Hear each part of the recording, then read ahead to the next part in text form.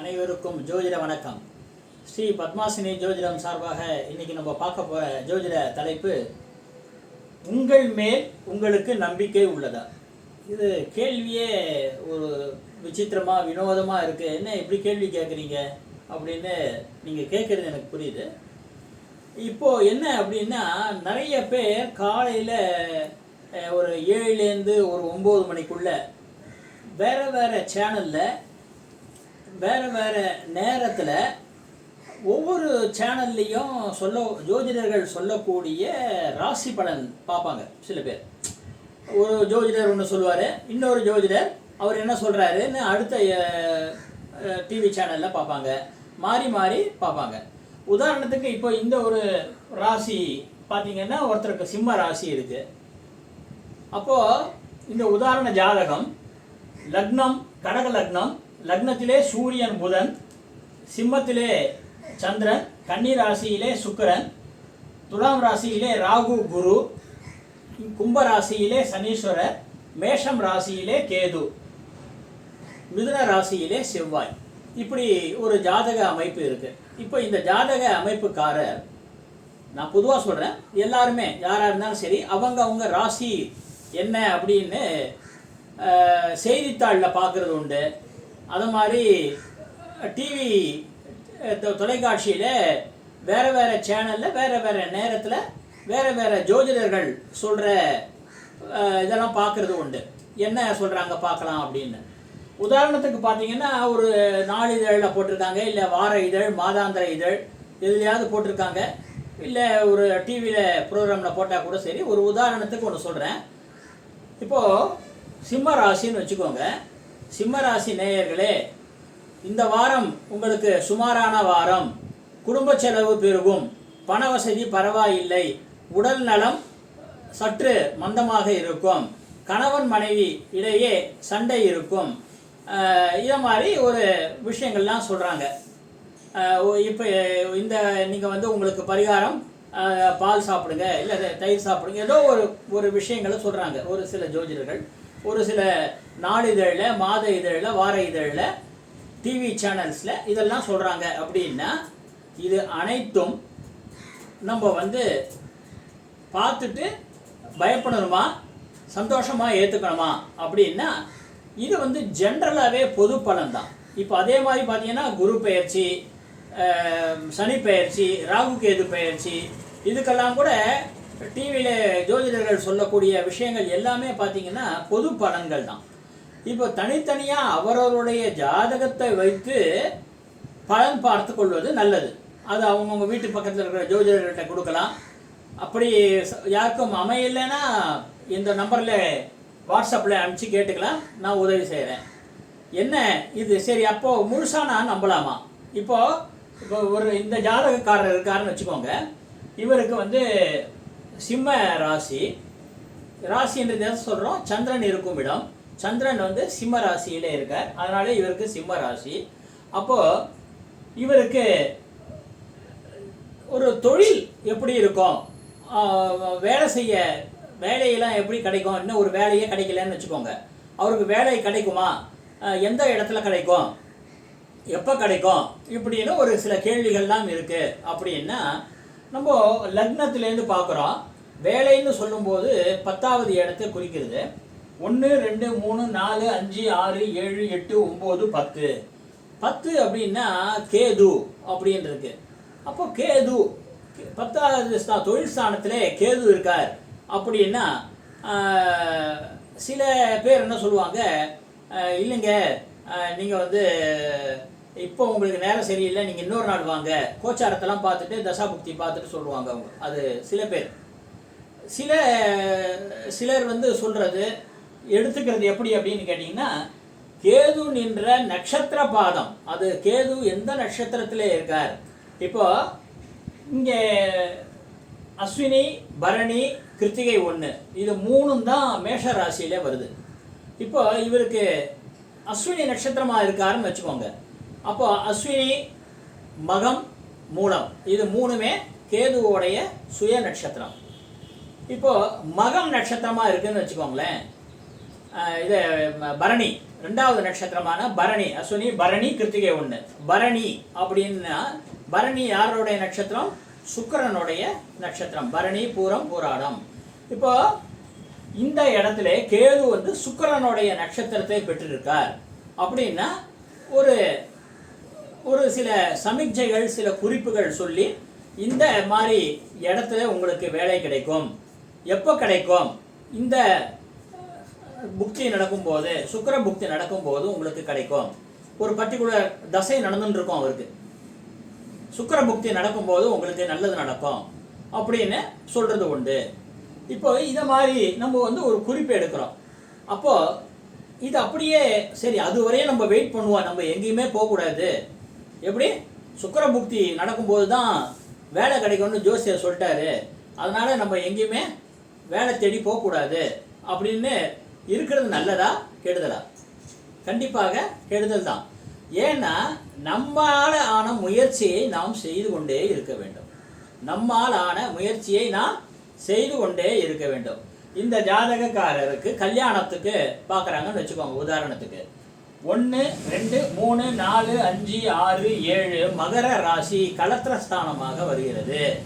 மகர ராசி கலத்திரஸ்தானம் அப்படின்னா இங்க மகர ராசிக்கு அதிபதி யாரு? சனீஸ்வரர். சனீஸ்வரர் எங்க இருக்கார்? கும்ப ராசியிலே இருக்கார். அப்போ கும்ப ராசியிலே சனீஸ்வரர் எப்படி இருக்கார்? நன்றாக ஆட்சி நிலையிலே இருக்கிறார். அப்போ இவருக்கு கல்யாணம் நடக்கக்கூடிய திசை எப்போ, எந்த திசை, எந்த நேரம், எந்த எப்படிப்பட்ட பெண் அப்படின்றதெல்லாம் சொல்லலாம். நீங்கள் ப்ளே லிஸ்ட்டில் பார்த்தீங்கன்னா உங்களுக்கு இது சம்மந்தப்பட்டதெல்லாம் சொல்லியிருக்கேன்.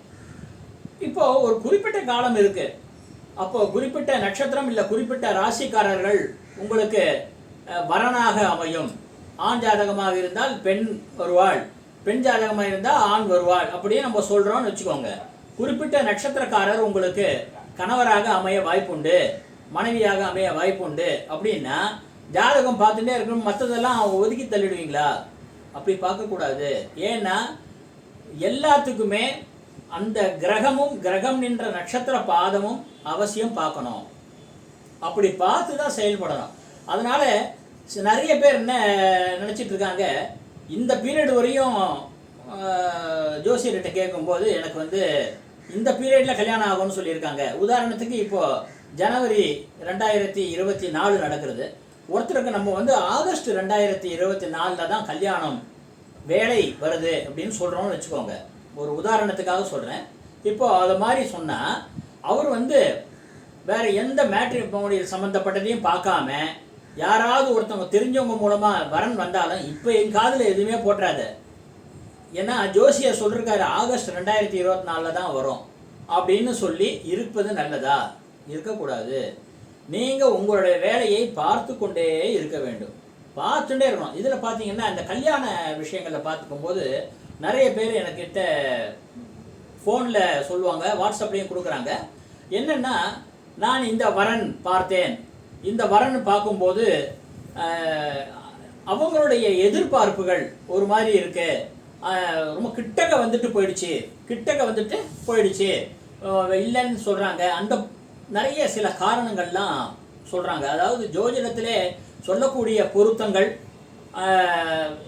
சில விஷயங்கள் விதிமுறைகள் படி ஜோசியர் சொன்னாலும் கலியுகத்திலே சில பொருத்தங்கள்லாம் அவங்க பார்க்குறாங்க. ஏன்னா அதாவது ஜோதிட பொருத்தம்ன்றது மொத்தம் 12 பொருத்தங்கள் பார்ப்போம், 7ஆம் இட பொருத்தம் பார்ப்போம். இந்த மாதிரி பல விஷயங்கள்லாம் பார்த்துட்டு தான் நம்ம வந்து பொருத்தம் இருக்குது இல்லை அப்படின்றத நம்ம சொல்கிறோம். இது ஜோதிட விதிகளுக்கு உட்பட்டு. ஆனால் கலியுகத்திலே பார்த்தீங்கன்னா எப்படி அப்படின்னா பணப்பொருத்தம், மனப்பொருத்தம், எடை பொருத்தம், உயர பொருத்தம், குரு பொருத்தம், இவங்க என்ன இது அது மாதிரி ஒவ்வொன்றும் ஒவ்வொரு ட்ரெண்டே மாற்றிடுறாங்க. இப்போ இந்த ஜோசியத்துக்கு உண்டான இதுக்கே வராமல் வேற ரேஞ்சில் வராங்க. அதை நம்ம வந்து ஒரு எடை, உங்கள் பையன் எவ்வளோ உயரம் அப்படின்னு கேட்குறாங்கன்னு வச்சுக்கோங்க. நம்ம பையனுடைய ஹைட் எவ்வளோ அப்படின்னு நம்ம சொல்கிறோம் அப்படின்னா கரெக்டாக ஒரு சொல்லி வச்ச மாதிரி ஒரு இதை கூட்டிடுறாங்க, இன்ச்சை கூட்டிடுறாங்க.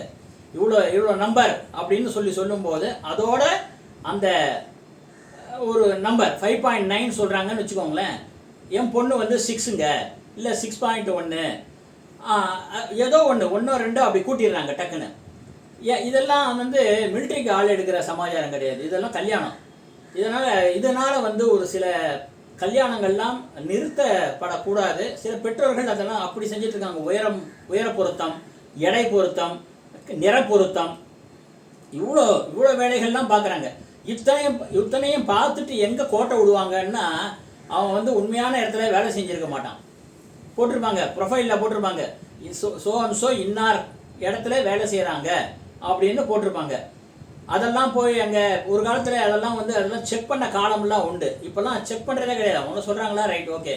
இப்போல்லாம் அப்படியே கொடுத்துருவாங்க. அது பார்த்தாக்கா அதுக்கப்புறமா அந்த மாதிரி இடத்துலையே இல்லை, ஒரு கான்ட்ராக்டில் வேலை பார்க்குறாரு, ஒரு கூலியாக வேலை பார்க்குறாரு, இதை மாதிரி தான் பின்னாலே தெரிய வருது. இதை வந்து எனக்கு ஒரு 7-8 தெரிஞ்சிருக்கு. சமீபத்தில் பார்த்தீங்கன்னா 7-8 விஷயங்கள் வந்து இதை மாதிரி பெண்ணை வந்து கொடுத்துட்டு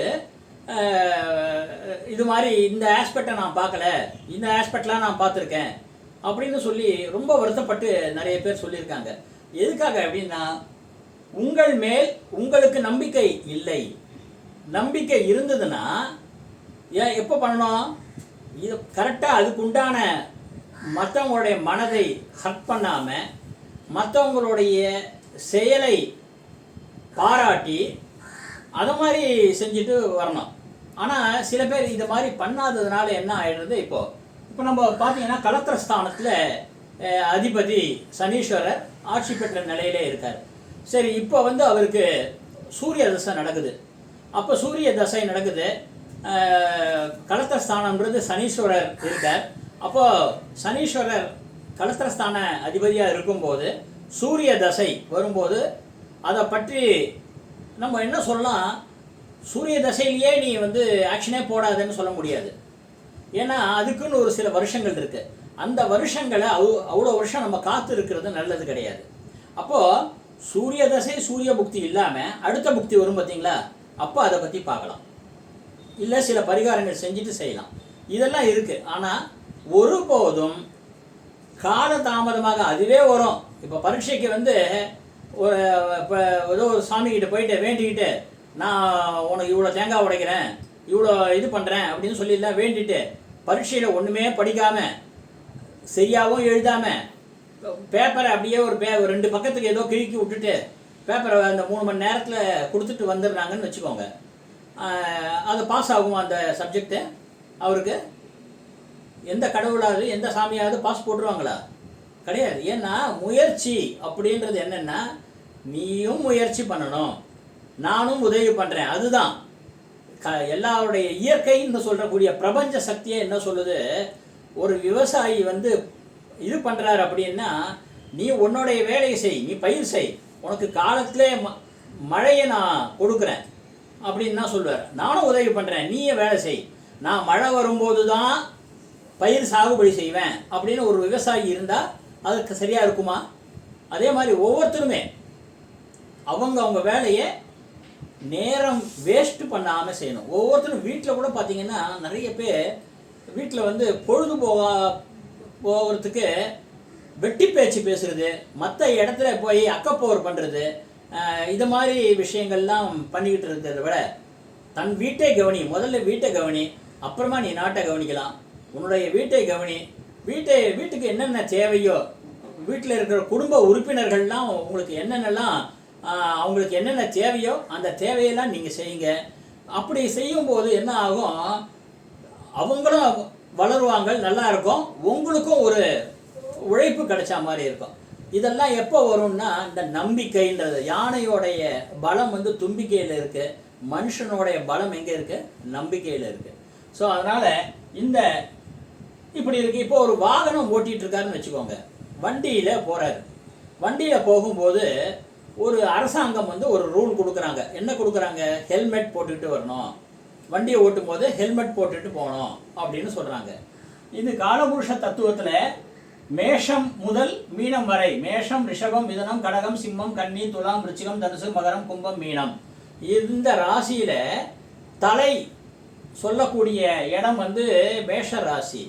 மேஷ ராசி தலை. அப்போது இந்த இடம் நம்ம வந்து எப்படி இதுவாக இருக்கணும்னா, நான் ஹெல்மெட் போட்டுக்கணும்னா போட்டுன்னு வெளியே போகணும். சில பேர் பார்த்தீங்கன்னா ஹெல்மெட்டை வெறுமை அப்படியே சட்டியை மாதிரி கவுத்துப்பாங்க, இந்த ஸ்ட்ராப் போட்டுக்கிறது கிடையாது. அது சில பேர் அந்த காரில் எல்லாம் போனீங்கன்னா அந்த சீட் பெல்ட் போனோம்னா சீட் பெல்ட் போட்டுக்கணும். எதுக்காக சொல்கிறாங்கன்னா நம்மளுடைய எச்சரிக்கைக்கு தான் சொல்கிறாங்க, அவங்களுக்காக கிடையாது. நம்மளுடைய எச்சரிக்கைக்காக நம்ம சொல்கிறோம். அப்போ அது சொல்லும்போது அது செய்யும்போது நமக்கு பாதுகாப்பு. ஆனால் அங்கே ஒரு காவல்காரர் இருப்பார். அப்போ அந்த நேரத்தில் நம்ம வந்து டக்குன்னு எடுத்து சீட் பெல்ட்டை மாற்றிக்கிட்டு ஒரு ஓரத்தில் நின்றுட்டு அந்த அந்த டேர்னிங்கில் ஜாயிண்டில் அந்த ஓரத்தில் போலீஸ்காரர் நிற்கிறாரு அப்படின்னா அதுக்கு முன்னாலேயே நின்றுட்டு தலையில் மாட்டின்னு இருக்கிற அந்த ஹெல்மெட்டுக்கு ஒரு ஸ்ட்ராப் மாட்டிக்கிறது, இந்த மாதிரி வேலையெல்லாம் பண்ணாமல் நம்ம வேலையை நம்ம ஆரம்பத்தில் வீட்டிலேருந்து கிளம்பும் போதே ஹெல்மெட்டை போட்டுட்டு நம்ம கிளம்புனோம்னா ஒரு பிரச்சனையும் நம்மளுக்கு கிடையாது. இதெல்லாம் எங்கே வருதுன்னா உங்கள் மேல் நம்பிக்கை. எனக்கு நம்பிக்கை இருக்கு, நான் கீழே விழமாட்டேன், எனக்கு எந்த விதமான அடியும் படாது, இதெல்லாம் எதுவுமே சொல்கிறதுக்கு இல்லை. பார்த்தீங்கன்னா 7.5 சனின்னு ஒரு ஜோசியத்தில் ஒன்று இருக்குது, 7.5 சனி அப்படின்னு சொல்லி. அப்போது ஜென்ம சனி, பாத சனி, விரய சனி இருக்கு. அடுத்தது அர்த்தாஷ்டம சனி, அஷ்டம சனி, கண்டக சனி, இதெல்லாம் இருக்கு. இதெல்லாம் ஒரு ஜோசியர்கிட்ட கேட்கும்போது தான் அவர் வந்து உங்களுக்கு இந்த சனி நடக்குது உங்களுக்கு, நீங்கள் வந்து ஒரு மாடிப்படி ஏறும்போது ஜாக்கிரதையாக ஏறுங்க, சில விஷயங்கள் போகும்போது பாதத்தில் வந்து உங்களுக்கு ஏதாவது ஷார்ப்பான ஐட்டம் குத்துறதுக்கு சான்ஸ் இருக்குது, இந்த பீரியட் வந்து உங்களுக்கு 7.5 சனி பீரியடு. இப்போ வந்து ஜென்ம சனி பீரியடு, உங்களுக்கு நிறைய பிரச்சனைகள்லாம் இருக்கும், மனக்கவலைகள்லாம் இருக்கும். இப்போ வந்து உங்களுக்கு வந்து விரய சனி நடக்கிறது. ஆனால் அந்த விரய சனியை நீங்கள் சுப விரய சனியாக நீங்கள் மாற்றுறது நல்லது. அது மாதிரி சில அட்வைசஸ்லாம் ஜோசியர்கள் கொடுப்பார்கள். இதெல்லாம் வந்து எச்சரிக்கைக்காக நீங்கள் ஜோசியர் கிட்ட கேட்டு ஜோசியத்தை நம்பி நீங்கள் செய்யறது. அப்போது யாருக்கு தேவை? நம்பிக்கை இருக்கணும். ஜோசியர் எதாவது சொல்கிறாரு அந்த நேரத்தில் கேட்டுட்டு அப்படி போயிட வேண்டியது. அதுக்கப்புறமா சொன்ன பரிகாரத்தை செய்யலைன்னு வச்சுக்கோங்களேன், ஒன்றும் பிரயோஜனம் கிடையாது. அப்போ நான் பரிகாரத்தை செஞ்சால் எனக்கு 100% க்யூர் ஆகிடுமா? எந்த தோஷமுமே 100% க்யூர் ஆகாது. ஏன்னு கேட்டிங்கன்னா அதோடைய தாக்கம் வீரியம் குறையும். ஒரு 100% ஒரு 90% பாதுகாக்கப்பட்டு ஒரு 10% மட்டும் இருக்கும் லைட்டாக. அந்த மாதிரி உங்களுக்கு அந்த பரிகாரங்கள் செய்கிறதுன்றது அதுக்கு தான். அதுக்காக நான் இதெல்லாம் செஞ்சிட்டேன், பரிகாரத்தெல்லாம் செஞ்சிட்டேன், நான் வேணும்னு தான் வண்டி வேகமாக தான் ஓட்டுவேன்.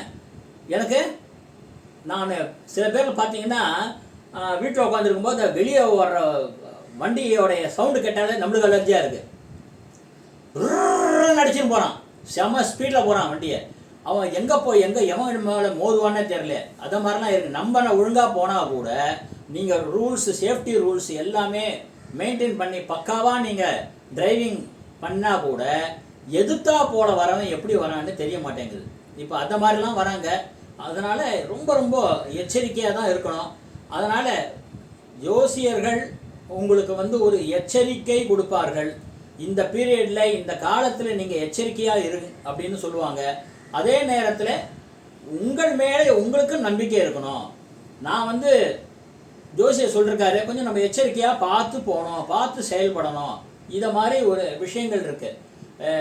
நான் பல வருஷங்களுக்கு முன்னால் ஒரு ஆட்டோவில் ட்ராவல் பண்ணிகிட்ருக்கோம்.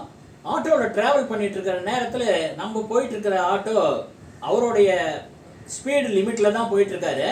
ஆனால் இந்த சைட்லேருந்து வந்த ஒரு ஆட்டோ அதிவேகமாக இந்த ஆட்டோ, நாங்கள் பயணித்த ஆட்டோ மேலே வேகமாக மோதி அப்படியே ஆட்டோ தலை குப்புறமாக மோதிடுச்சு. இது பல வருஷங்களுக்கு முன்னால். அப்போது யார் மேலே தப்பு இருக்கு அப்படின்னா, இவர் மேலேயா வேகமாக வந்தவர் மேலேயா? யார் மேலே தப்பு இருக்கு? அது அந்த நேரம், வேற எதுவும் இல்லை. இவர் மேலேயும் தப்பு கிடையாது, அவர் மேலேயும் தப்பு கிடையாது. அது அந்த நேரம். அந்த நேரம்ன்ற சொல்லும்போது அந்த நேரத்தில் இங்கே பயணம் செஞ்சுட்டு இருந்தாங்க பார்த்தீங்களா? இந்த பயணம் செஞ்சுட்டு இருந்தவங்க இன்க்ளூடிங் த டிரைவர், அவர் முதற்கண்டு அவங்களுடைய ஜாதகப்படி பார்த்தாலும் சரி, அவங்களுக்கு நேரம் ஒரு லைட்டாக அடிபடணும், இல்லை வேற விபரீதமாக ஆகணும், ஏதாவது ஒன்று எது இருந்தாலும் அது நடந்தே தீரும். அதுதான் அது. அதனால் நம்பிக்கை அப்படின்றது ஒன்று கண்டிப்பாக எல்லோரும் கண்டிப்பாக நம்பிக்கை வச்சுக்கணும். அவங்க மேலே நம்பிக்கை வச்சுட்டு அதுக்கப்புறமா ஜோசியர்கள் கொடுக்குற ஒரு அவேர்னஸ் கொடுக்கறது, அதை ஃபாலோ பண்ணணும். அவேர்னஸ் கொடுக்கும்போது இது பண்ணுங்கள் அது பண்ணுங்கள், பித்ரு தோஷமா நீங்கள் அந்த இடத்துக்கு போயிட்டு வாங்க, சொல்கிற பரிகாரத்தை செய்யுங்க அப்படின்னு சொல்லும்போது அதுக்கேற்றபடி செஞ்சால் உங்களுடைய தாக்கத்தை நீங்கள் குறைத்து கொள்ளலாம், உங்களுடைய நம்பிக்கை வளரும், அதனாலே நீங்களும் வாழ்வில் வெற்றி பெறலாம் அப்படின்னு சொல்லி, இந்த உங்கள் மேல் நம்பிக்கை உள்ளதா இந்த யூடியூப் வீடியோ உங்களுக்கு பிடித்திருந்தால் லைக் பண்ணுங்கள், நிறைய பேருக்கு ஷேர் பண்ணுங்கள். இதுவரையும் சப்ஸ்கிரைப் பண்ணாமல் பார்த்துட்ருக்குறவங்க சப்ஸ்கிரைப் பண்ணிவிட்டு பாருங்கள், நிறைய பேருக்கு சொல்லுங்கள். மேலும் மேலும் நிறைய உங்களுக்காக நிறைய யூடியூப் வீடியோக்கள் கொடுக்க காத்து கொண்டிருக்கிறோம்னு சொல்லி உங்களுக்கு இந்த பொன்னான வாய்ப்பை எனக்கு கொடுத்துருக்கிற உங்கள் அத்தனை பேருக்கும் நன்றி நன்றி நன்றி.